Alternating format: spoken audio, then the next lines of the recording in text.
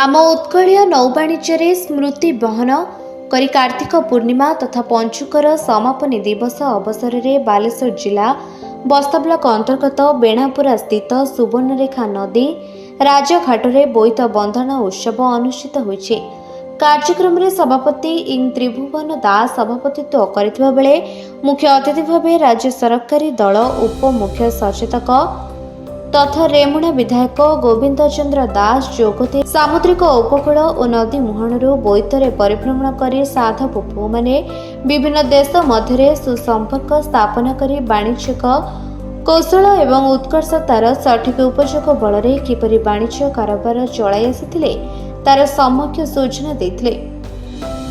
मुख्य वक्ता भाव राज्य महिला कमिशन अध्यक्ष शोभना महांती जोगदे बोईत बंधन उत्सवर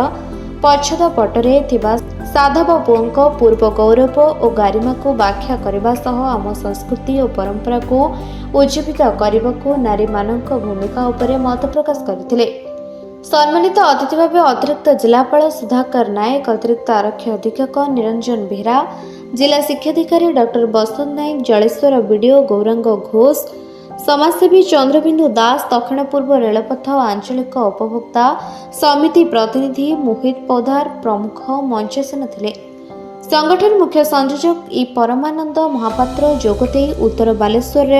केते जण अवसर प्राप्त शिक्षाविद जंत्री डॉक्टर सामाजिक सेवा कर्मी उदीयमान उद्योगपति एवं युवक मानकु नै गठित होइतबा एही अनुष्ठानटी विगत 2 वर्ष मध्यरे आम सामाजिक परंपरा ऐतिह्य एवं सांस्कृतिक अवशय को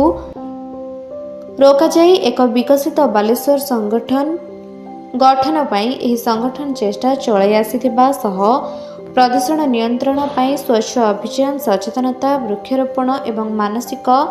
जागरूकता सृष्टि पाई उत्तर बालेश्वर रे बहुविधि कार्य करी आसुथिबा कहिथिले। बस्तारू जगत कुमार गिरी रिपोर्ट निरपेक्ष न्यूज।